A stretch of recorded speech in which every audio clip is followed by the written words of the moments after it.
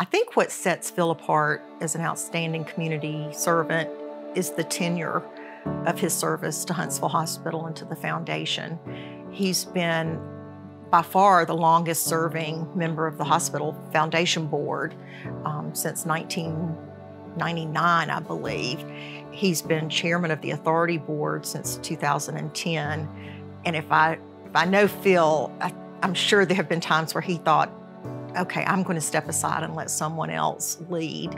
But his devotion to the hospital is so strong, and we have needed his leadership so many times that there's never been a really good time for him to resign or to roll off the board as chairman. And so he continues to serve, and he does so well. And he's such a great advocate for the hospital, our physicians, and our employees.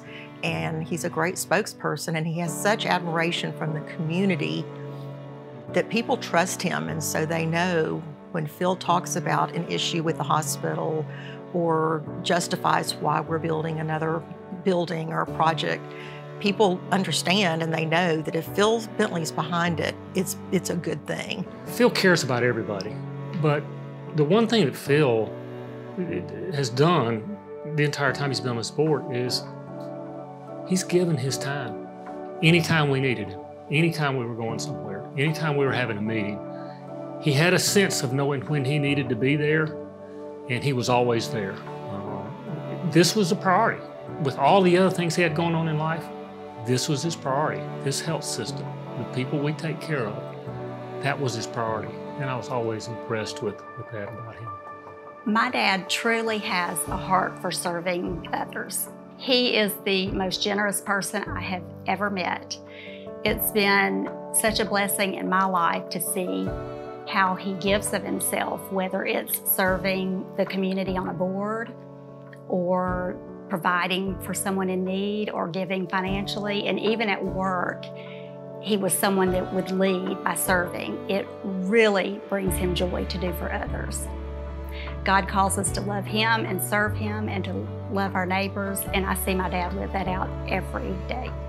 Throughout the years that I was CEO, the one thing that was clear when you were presenting something to Phil or discussing something we wanted to do, was Phil's question was always, how's this going to impact the people in this community or the people in one of the communities we serve?